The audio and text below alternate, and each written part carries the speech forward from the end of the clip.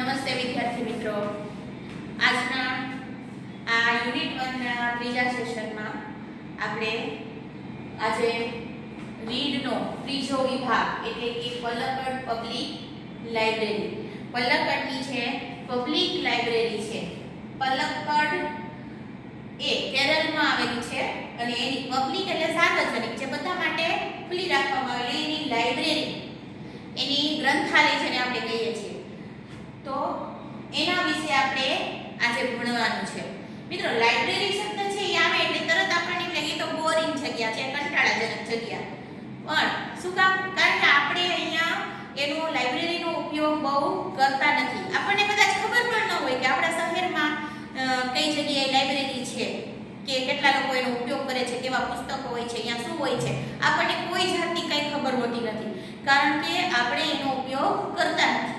પણ કેરળ છે એ તમને બધાને ખબર છે કે એ વેલ એજ્યુકેટેડ સ્ટેટ છે, ઇન્ડિયાનું સૌથી શિક્ષિત સ્ટેટ છે.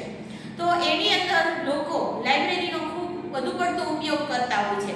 અને કારણ કે જે શિક્ષિત લોકો છે એને ખબર છે કે ભાઈ વાંચન છે એ આપણા જીવનની અંદર ખૂબ અગત્યનું છે, કારણ કે એનાથી આપણી અંદર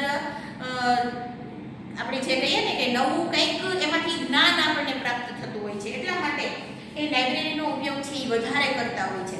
તો હવે આ પલક્કડની લાઇબ્રેરીની અંદર એવી તો શું નવીનતા છે કે જે આપણે અગેન્સ્ટ ધ ઓડ્સની અંદર સમાવેશ કરી શકાય? તો એના માટે આપણે ચલો એ વાંચીએ અને સમજતા જઈએ ભાષાંતર, અને જોતા જઈએ કે ભાઈ આ પલક્કડની સાર્વજનિક ગ્રંથાલય છે એની અંદર શું વિશેષતા છે. In Kerala, the Palakkad District Public Library has been set up and running since September 2013. કેરળની અંદર આ પલક્કડ જિલ્લાની છે પબ્લિક જે સાર્વજનિક લાઇબ્રેરી છે, ગ્રંથાલય છે, has been set up. A set up એટલે સ્થાપવામાં આવેલી હતી, સ્થાપવામાં આવેલી હતી અને રનિંગ સિન્સ ત્યારથી લઈ, જ્યારથી સ્થાપવામાં આવેલી હતી ત્યારથી લઈ અને અત્યાર સુધી એ ચાલી રહી છે. રનિંગ એટલે ચાલી રહી છે. અને એ પણ ક્યારથી? સપ્ટેમ્બર 2013 થી. તો સપ્ટેમ્બર 2013 થી આ પલક્કડની પબ્લિક લાઇબ્રેરી છે એને સ્થાપવામાં આવેલી છે અને ત્યારથી લઈ અને અત્યાર સુધી એ ચાલી રહી છે. તો સૌથી પહેલા તો આપણે આ ડેટ યાદ રાખવાની છે. સપ્ટેમ્બર 2013 થી એ સ્થાપિત છે અને ત્યાંથી એ અત્યાર સુધી ચાલી રહી છે. It is a fine modern library. એ કેવી છે? ફાઇન એટલે એકદમ સુંદર, એવી મોડર્ન એટલે આધુનિક લાઇબ્રેરીઓ છે જેમાં અદ્યતન સુવિધાઓ પૂરી પાડવામાં આવતી હોય એવી મોડર્ન આધુનિક લાઇબ્રેરી છે. અને એ લાઇબ્રેરી અ સેન્ટર એટલે કેન્દ્ર છે. શેના માટેનું કેન્દ્ર છે? તો ફોર ઇન્ફોર્મેશન. ઇન્ફોર્મેશન એટલે માહિતી, નોલેજ, નોલેજ એટલે જ્ઞાન, વિસ્ડમ એટલે વિદ્યતા, કલ્ચરલ એક્ટિવિટીઝ એટલે સાંસ્કૃતિક પ્રોગ્રામો એટલે પ્રવૃત્તિઓ, રિસર્ચ એટલે સંશોધન અને રેફરન્સ એટલે સંદર્ભ. તો આવી બધી જ વસ્તુઓનું એક કેન્દ્ર છે. કેન્દ્ર છે એટલે એમાંથી આ બધી વસ્તુઓ આપણે મેળવી શકીએ છીએ, એના ઉપર આપણે અહીંયા કામ કરી શકીએ છીએ. તો અહીંયા તમને પૂછવામાં આવે કે આ લાઇબ્રેરી છે એ શેનું કેન્દ્ર હતું? તો આ બધી સેન્ટર ફોર જે કંઈ પણ છે એ બધું આપણે અહીંયા લખવું પડે. તો કેટલી વસ્તુ આવી છે? Information, knowledge, wisdom, cultural activities, research અને રેફરન્સ. રિસર્ચ એટલે સંશોધન. ઘણા બધા એવો અભ્યાસ કરતા હોય કે વૈજ્ઞાનિકો છે કંઈક સંશોધનો કરતા હોય. આપણે ખબર છે કે પીએચડી જેવી ડિગ્રી આપણે જ્યારે પ્રાપ્ત કરવી હોય તો આપણે એના માટે અમુક ટોપિક પર સંશોધન કરવું પડતું હોય. તો આવું સંશોધન કરતા હોય ત્યારે એ વિષયને લગતી માહિતી અલગ અલગ પુસ્તકોમાંથી મેળવવા માટે સંશોધનો કરતા હોય છે. અને એ માહિતી મદદરૂપ થાય એવી માહિતી વાળા જે પુસ્તકો છે એને સંદર્ભ પુસ્તકો કહેવામાં આવે છે. તો આ સંદર્ભ ગ્રંથો માટે પણ આ લાઇબ્રેરી છે એ એનું કેન્દ્ર છે, એમાંથી આપણને બધું મળી રહે છે. But it has recently been in the news for different reasons. પરંતુ એ રિસેન્ટલી એટલે વર્તમાન સમયમાં છે, તાજેતરના સમયમાં, હાલમાં એ એક અલગ રીઝન એટલે કારણ, એક અલગ કારણથી ન્યૂઝમાં આવી રહી છે. એટલે કે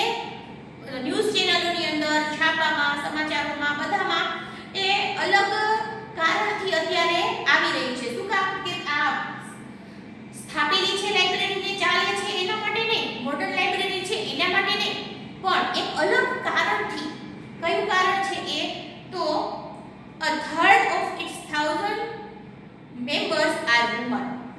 એના જે 1000 મેમ્બર છે, હજારની સંખ્યાની અંદર જે સભ્યો છે આ લાઇબ્રેરીના, એની અંદર ત્રીજા ભાગની સ્ત્રીઓ છે. કારણ કે મોટા ભાગે એવું બનતું હોય કે લાઇબ્રેરીની અંદર છે એ સ્ત્રીઓની સંખ્યા છે એ સભ્યોમાં ઓછી હોય, પણ આ એવી લાઇબ્રેરી હતી કે જેની અંદર ત્રીજા ભાગની સંખ્યામાં સ્ત્રીઓ હતી. તો એ એક અત્યારના સમયમાં એ એક બીજા કરતા અલગ બાબત કહેવાય, અને એના કારણે એ છાપાઓની અંદર, ન્યૂઝની અંદર એ હાલમાં આવી રહી હતી. આ કારણ માટે These women, supported by the shared place, the library offered them.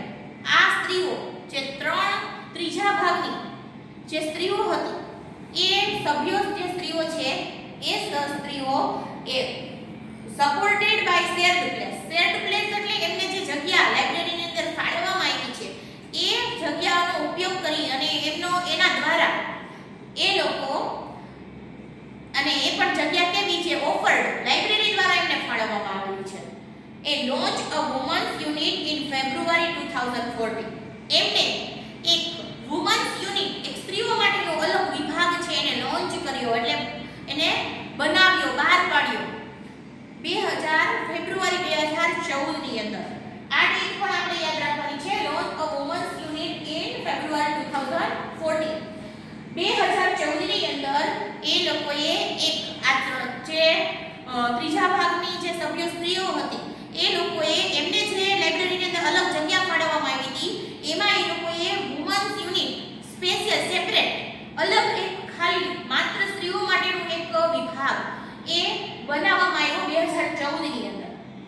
The unit got together to discuss methods of empowering women. આ યુનિટ છે એ got together એટલે બધા ભેગા મળી અને ચર્ચા કરી. શેના ઉપર ચર્ચા કરી? તો empowering women. empowering એટલે સ્ત્રી સશક્તિકરણ. આ શબ્દ તમે ઘણી બધી વખત સાંભળ્યો હશે, સ્ત્રી સશક્તિકરણ એટલે શું?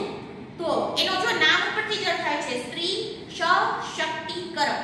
સ્ત્રીઓની અંદર શક્તિનું સ્થાપન થાય એવું કાર્ય, સ્ત્રીઓની અંદર શક્તિમાં વધારો થાય એવું કાર્ય, એ સક્ષમ બને, પગભર બને, પોતાનું જીવન છે એને એ સારી રીતે જીવી શકે, પુરુષોની સાપેક્ષમાં ઊભી રહી શકે, એવી સશક્ત બનાવી, એને શક્તિશાળી બનાવવી કેવી રીતે, એના ઉપર આ ટોપિક ઉપર અહીંયા ચર્ચા કરવામાં આવી. The library opened its hall. લાઇબ્રેરીના જે હોલ્સ છે, જે મોટા મોટા ખંડો છે એને ઓપન, ખુલ્લા મૂકવામાં આવ્યા ફોર ફિલ્મ સ્ક્રીનિંગ.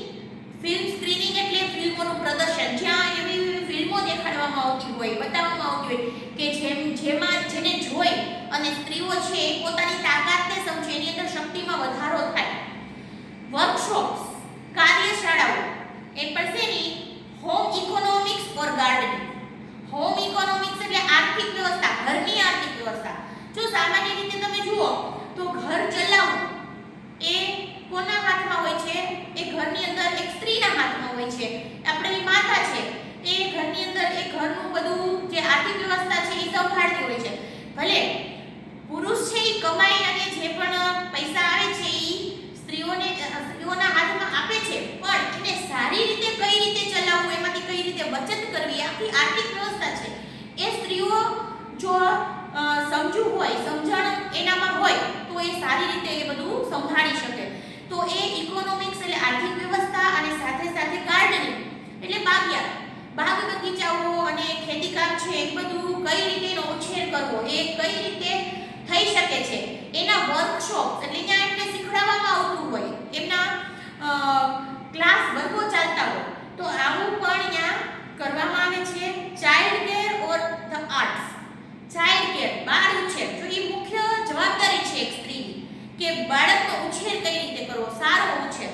આમ તો બાળક એની રીતે મોટું તો થઈ જ જાય છે, પણ એની અંદર સંસ્કારોનું અને એમની અંદર જે સામાજિક જે ગુણો છે, નૈતિકતાના ગુણો છે, કઈ રીતે લાવવા, એનો ઉછેર સારી રીતે કઈ રીતે કરવો, એ ઉછેર માટે અને અલગ અલગ પ્રકારના આર્ટ્સ એટલે કલાઓ કે જે કલાઓનો, ધારો કે માટીકામ છે, ભરત ગૂંથણ છે, સિલાઈ કામ છે, આ બધી કલાઓ છે, તો આવી તો ઘણી બધી કલા છે. તો આવી કલાઓનો ઉપયોગ કઈ રીતે કરવો એમના પણ અહીંયા વર્કશોપ ચાલે છે, વર્ગો ચાલે છે. And for women to get help in managing family conflicts. અને અહીંયા સ્ત્રીઓને get help મદદ પણ મળતી હોય છે. મેનેજિંગ એટલે સંભાળવું. શું સંભાળવું? તો ફેમિલી કોન્ફ્લિક્ટ્સ. ઘણી બધી વખત તો કોન્ફ્લિક્ટ્સ એટલે ઝઘડાઓ. ફેમિલીની અંદર, પરિવારની અંદર ઝઘડાઓ થતા હોય છે. એકાબીજાને જે આપણે કહીએ ને કે મન નથી મળતા, તો આ મન ન મળવાના કારણે ઝઘડાઓ ઉત્પન્ન થતા હોય છે. તો આ ઝઘડાઓ છે એનું મેનેજ કઈ રીતે કરવું, એનું નિવારણ કઈ રીતે લાવવું, એમાં પણ એમને હેલ્પ કરવામાં આવે છે. સાથે સાથે લીગલ ડિસ્પ્યુટ્સ, જે કાયદાકીય તકરાર કહેવામાં આવે છે. જેને કાયદાકીય તકરાર એટલે શું? તો જો ઘણા બધા કાયદાઓ છે એ સરકારે આખરે સ્ત્રી માટે ઘડેલા છે, પણ સ્ત્રીઓને ખુદને ખબર નથી હોતી કે પોતાના માટે કયા કાયદાઓ છે અને એને કાયદાથી કયો લાભ મળી શકે છે. તો એમને અહીંયા આ કાયદાકીય જે નિયમો છે, જે કાયદાઓ છે, એમની પણ સમજ આપવામાં આવે છે. એના પણ વર્ગો છે, જેથી કરી અને એ કાયદાનો સારો ઉપયોગ કરી અને પોતાનું જીવન છે એ સુધારી શકે, એનો ઉપયોગ કરી શકે. એન્ડ પ્રોફેશનલ પ્રોબ્લેમ્સ, અને ઘણી બધી સ્ત્રીઓ એવી પણ હોય કે જે કંઈક બિઝનેસ કરતી હોય, પ્રોફેશનલ, જે ધંધા સાથે જોડાયેલી હોય, તો આ ઉદ્યોગો સાથે જોડાયેલી જે છે સ્ત્રીઓ, એમને અંદર પણ કંઈક ને કંઈક પ્રોબ્લેમ આવતા હોય છે. તો એનું કઈ રીતે નિવારણ લાવવું? તો આ બધા જ પ્રકારની જે પ્રવૃત્તિઓ છે એ આ હોલની અંદર કરવામાં આવે છે. એના માટે હોલ અલગ જગ્યાઓ ફાળવવામાં આવેલી છે. જો આ બધા મિત્રો એવા કાર્યો છે કે જેનાથી સ્ત્રીની અંદર શક્તિનો વધારો કરી શકાય, એ પોતાની રીતે પગભર થઈ શકે અને પુરુષને સમોવડી થઈ શકે. તો એ કાર્ય આ બધા એટલા માટે થાય છે કે જેનાથી સ્ત્રીઓની અંદર સશક્તિકરણનું સ્થાપન થાય. The secretary of the library pointed out that through reading women would realize their own strength and forge unity.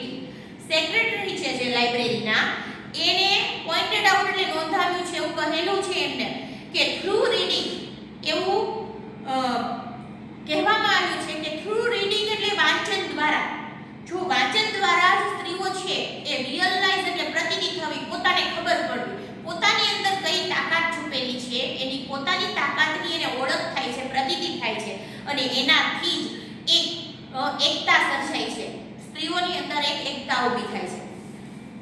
It was noted that, noted એટલે ધ્યાનમાં આવવું, નોંધવામાં આવવું.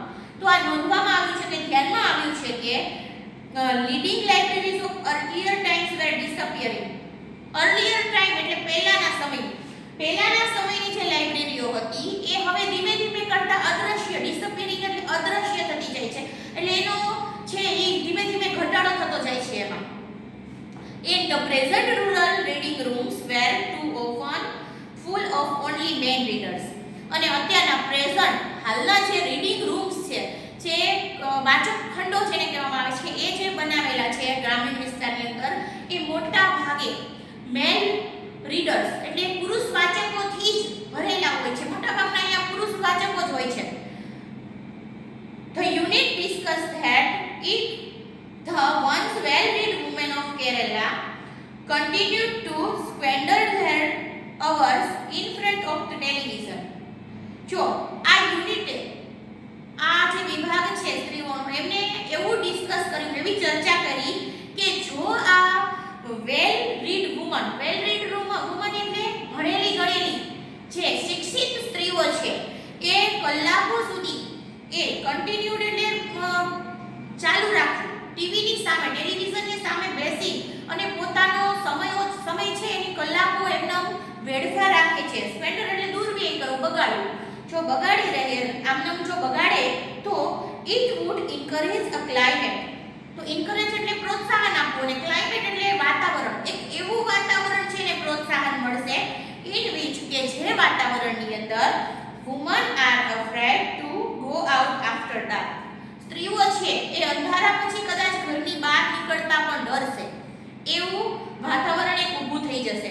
એટલે જો વાંચવાનું છે, ભણેલી ગણેલી સ્ત્રીઓ છે એ પણ જો વાંચન બંધ કરી દેશે અને કલાકો ખાલી ટીવીની સિરિયલો કે ટેલિવિઝન જોઈ અને સમય બગાડશે, તો જે વાંચન દ્વારા એની અંદર પોતાની તાકાતની પ્રતીતિ થાય છે, એની અંદર એક નવી શક્તિ આવે છે, એકતા સર્જાય છે.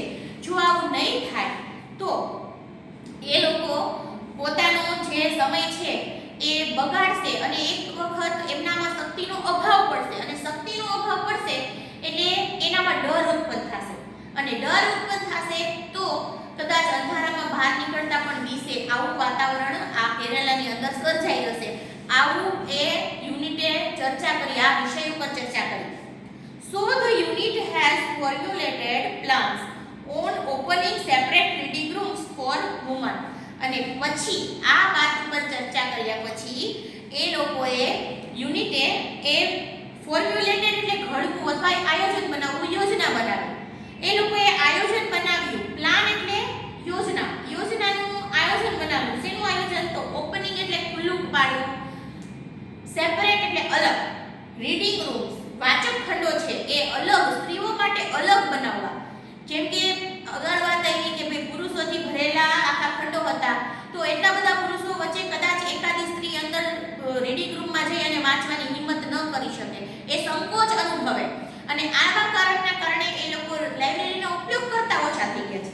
તો આના માટે આપણે શું કરવું? તો યુનિટે ડિસ્કસ કર્યું કે ભાઈ એક નવો સેપરેટ રૂમ બનાવી આપો, જેથી કરી અને વિના સંકોચે સ્ત્રીઓ એ રૂમમાં, રીડિંગ રૂમમાં જઈ, લાઇબ્રેરીમાં જઈ અને વાંચી શકે, એનો લાઇબ્રેરીનો ઉપયોગ કરી શકે. તો આ કારણ માટે એ લોકોએ આ સ્ત્રી સશક્તિકરણ છે એ કરવા માટે થઈ અને આવું એક નવું પગલું ભર્યું કે જે આજ સુધી કોઈએ ક્યાંય કરેલું હતું નહીં, કે સ્ત્રીઓ માટે અલગ લાઇબ્રેરી, અલગ વિભાગ બનાવવો. Palakkad district library stand. આ પલક્કડની જે જિલ્લાની જે લાઇબ્રેરી છે એ સ્ટેન્ડ ઊભી છે, ટોલ એઝ એટલે ઊંચી ઊભી છે એમ નહીં, પણ અડીખમ ઊભી છે આજે, એઝ અ બીકોન. બીકોન એટલે મશાલ અથવા તો દીવાદાંડી પણ કહી શકાય.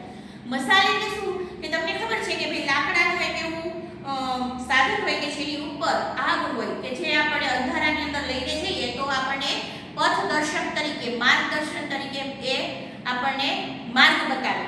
તો એક મશાલની જેમ આજે ઊભી છે, ટુ એન્કરેજ વુમન્સ એમ્પાવરમેન્ટ. આ સ્ત્રીઓની અંદર જે સશક્તિકરણનું, જે શક્તિનું સ્થાપન કરવાનું છે, એને પ્રોત્સાહન આપવાનું છે, એન્કરેજ એટલે પ્રોત્સાહન આપવું, એના માટે આજે એ મશાલની જેમ અડીખમ ઊભી છે, પથદર્શક તરીકે ઊભી છે. થ્રુ, અને એ પણ કેના દ્વારા? થ્રુ એટલે દ્વારા, ક્લાસીસ, એમના જે વર્ગો ચાલે છે એ વર્ગો દ્વારા, ક્લબ્સ દ્વારા, વર્કશોપ કાર્યશાળાઓ દ્વારા, અને રીડિંગ રૂમ્સ એમના આ વાચન ખંડો દ્વારા, આ બધા જે છે એના દ્વારા એ આજે એને માર્ગનો પ્રકાશ, માર્ગની અંદર પ્રકાશ પૂરો પાડે છે, એટલે કે માર્ગદર્શન પૂરું પાડે છે. એન્ડ ધેન, અને પછી ધેર આર ધ બુક્સ, અને બુકો તો છે જ એની અંદર કે જે વિચ વિલ પ્રોવાઇડ, જે પૂરું પાડે વુમન, સ્ત્રીઓને પૂરું પાડે ધ સ્ટ્રેન્થ એટલે તાકાત, ધે નીડ ટુ મેક, જેની એને નીડ એટલે જરૂર છે, મેક એટલે ગુડ યુઝ એટલે સારો ઉપયોગ કરવાનો. શેનો સારો ઉપયોગ કરવાનો? Of this opportunities. ઓપોર્ચ્યુનિટીઝ એટલે તક. એમને જે તક મળે છે જીવનમાં આગળ વધવાની, પોતાના પગ પર ઊભું રહેવાની અને શક્તિનું સ્થાપન કરવાની, જે જીવનની અંદર એમને તકો મળે છે, એ તકોનો સારી રીતે ઉપયોગ કરી શકે, એનો લાભ લઈ શકે, એના માટે થઈ અને તાકાત પણ આ બુકમાંથી જ એ લોકોને વાંચન દ્વારા એનું નોલેજ વધે, એટલે એની અંદર એક આત્મવિશ્વાસ વધે, અને આત્મવિશ્વાસથી જ આ તાકાત વધતી હોય છે. તો એનાથી પણ એનો તકોનો લાભ લઈ શકે છે. તો આ બધા એના શું હતા? બેનિફિટ્સ હતા. તો જો આવા એવા પ્રશ્નો પૂછાઈ શકે તો એક તો ક્યારે લાઇબ્રેરી સ્થાપન થયું હતું, એ શેનું કેન્દ્ર છે, એ વુમન સેપરેટ યુનિટ છે ક્યારે સ્થાપવામાં આવેલું હતું, એમ્પાવરિંગ વુમન માટેના, સ્ત્રી સશક્તિકરણ માટે એમાં શું કાર્ય થતા હતા, પછી ઓપન હોલ, એનો હોલ છે એ શેના માટે ખુલ્લો રાખવામાં આવેલો હતો, અને એના બેનિફિટ્સ. બેનિફિટ્સ એટલે અત્યાર સુધી જે આપણે આ ભણ્યા કે એનાથી સ્ત્રીઓને શું ફાયદો થાય, મુખ્યત્વે આમ ટૂંકમાં કહીએ તો સ્ત્રી સશક્તિકરણ થાય. તો આવા પ્રશ્નો આની અંદરથી પૂછાઈ શકે, એટલે આ બધા નોટ કરી લેજો. અને આજના હોમવર્કની અંદર ફરી પાછું આ ત્રીજા વિભાગમાંથી આપણે 10 પ્રશ્નો બનાવી અને લખવાના છે. અને અહીંયા આપણા આ રીડના